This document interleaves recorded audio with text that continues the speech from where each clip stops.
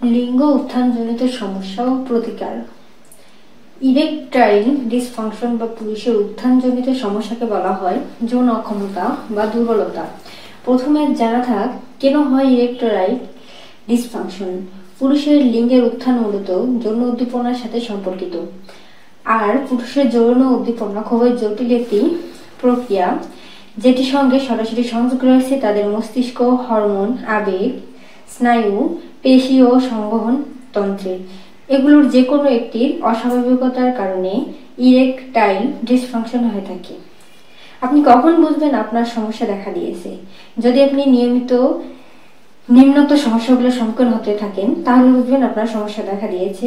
এক হচ্ছে লিঙ্গের যথাযথ উত্থান ঘটাতে না পারা, লিঙ্গের উত্থান যথেষ্ট সময় ধরে রাখতে না পারা, দ্রুত বীর্যপাত হওয়া, বিলম্বে বীর্যপাত হওয়া, কখনোই আকাঙ্ক্ষা জাগ্রত না হওয়া, এছাড়া মানসিক চাপ, অবসাদ, দুশ্চিন্তা ও অন্যান্য মানসিক সমস্যা, অন্যমনস্কতা, সম্পর্কের অবনতি, ভীতি ও আত্মবিশ্বাস হলে বুঝবেন আপনার সমস্যা দেখা দিয়েছে।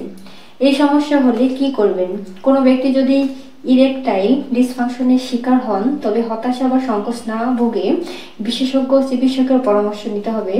চিকিৎসক সঠিক কারণটি খুঁজে বের করে সঠিক সমাধান বাতলে দিতে পারবেন। অনেক সময় স্রেফ মানসিক চাপমুক্ত হলে বা নির্দিষ্ট নিয়ম মেনে নিয়ন্ত্রিত জীবনযাপন করলে উন্নতি সম্ভব। ডায়াবেটিস, হৃদরোগ বা অন্যান্য দীর্ঘস্থায়ী শারীরিক সমস্যাকে নিয়ন্ত্রণে রাখতে হবে। ধূমপান পুরোপুরি বর্জন করতে হবে, অ্যালকোহলের মাত্রা সীমিত করতে হবে এবং অবৈধ নেশা দ্রব্য ব্যবহার করা যাবে না। ওজন ঠিক রাখতে হবে, নিয়মিত শরীরচর্চা করতে হবে, সুষম স্বাস্থ্যসম্মত খাদ্য গ্রহণ করতে হবে। রাতে পর্যাপ্ত ঘুমানো এবং বিশ্রাম নেওয়া, মানসিক চাপ, অবসাদ, দুশ্চিন্তা ও অন্যান্য সম্পর্কে অবজ্ঞা না করে চিকিৎসকের শরণাপন্ন হওয়া উচিত। এই সমস্যা চিকিৎসায় অনুমোদিত ওষুধ বা ইনজেকশন ও সার্জারি রয়েছে, তবে তা অবশ্যই চিকিৎসকের পরামর্শ অনুযায়ী নিতে হবে। টোটকা বা অপচিকিৎসা নেবেন না।